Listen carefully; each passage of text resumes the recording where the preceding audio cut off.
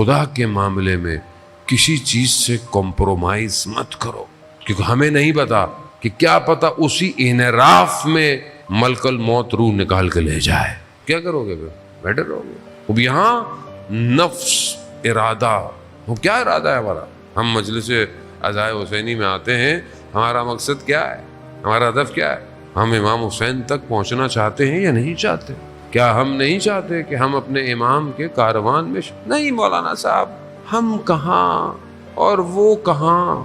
کون وہ کہاں؟ ظاہر ہے آپ اصحاب سید الشہداء جیسا تو کوئی بھی نہیں ہو سکتا، اس راستے پہ تو چل سکتے.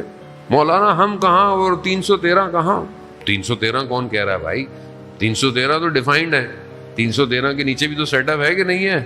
کیوں اپنے آپ کو اتنا کمزور کر رہے ہیں کہ میں کچھ نہیں کرتا؟ مجھے بعض جوان بہت خوش قسمتی ہوتی ہے، میں اپنے آپ کو بھی مثلا بعض اوقات دیکھتا ہوں کہ جوان مجھ سے بہت اچھا ہے جو اتنا اسٹرانگ کہتا ہے کہ میں امام کے لیے اپنی زندگی گزار رہا ہوں، میں چاہتا ہوں میں امام کے لشکر میں شامل. وہ ارادہ تو کر رہا ہے. جب ارادہ کرے گا تو خدا اس کے لیے اسباب بھی کھولنا شروع کر دیتا ہے، راستے کھولتا ہے. ہدف، مقصد بہت ضروری ہے عزیزان محترم.